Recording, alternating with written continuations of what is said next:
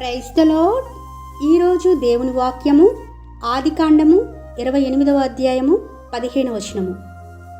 నేను నీతో చెప్పినది నెరవేర్చే వరకు నిన్ను విడువను. ఇక్కడ యాకోబును ఉద్దేశించి దేవుడే వాగ్దానం చేస్తున్నాడండి.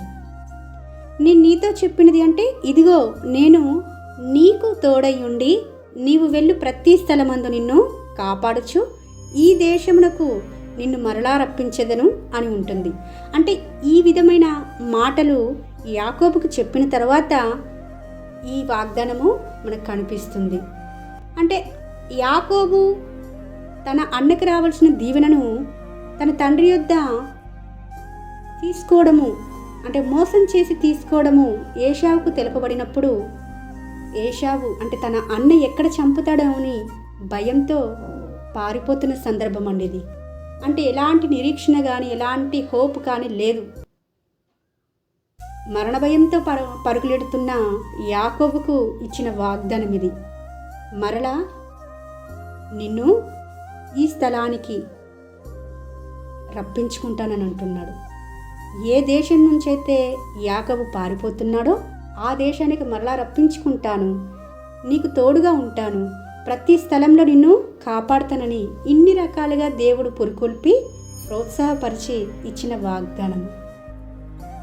నేను నీతో చెప్పినది నెరవేర్చే వరకు నేను నిన్ను విడువను అని ఇంత శ్రేష్టమైన ప్రశస్తమైన అమూల్యమైన వాగ్దానము యాకోబు పొందుకున్నాడు. అంటే యాకోబు అంతకుముందు దేవునికి కట్టుబడి జీవించాడా అండి? దేవుని యందు భయభక్తులు కలిగి జీవించాడా? ఆ భయభక్తులు కలిగి జీవించినట్లయితే మోసం చేసి దీవెనను తీసుకునేవాడు కాదు కదా. ఒక మోసగాడికి ఇస్తున్న వాగ్దానం అండి. కానీ దేవుడు మాట తప్పేవాడు కాదండి.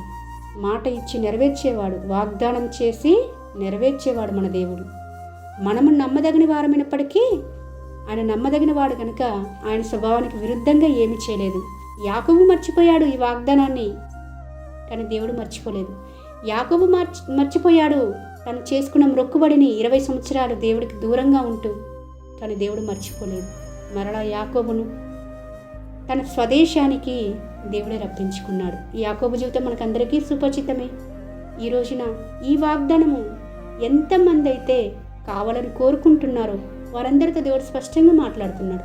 ఒక్కసారి నేను మీకు వాగ్దానం చేసి మాట ఇచ్చాను అంటే నా మాట నేను నిలబెట్టుకుంటాను. అయితే మీరిచ్చిన మాట చెప్పున, మీరు చేసుకునే తీర్మానం చెప్పున మీరు జీవించగలుగుతున్నారా, నమ్మకంగా ఉండగలుగుతున్నారా అనేది కూడా నేను చూస్తానని దేవుడు ఈ రోజున మనందరికీ ప్రశ్న వేస్తున్నాడు.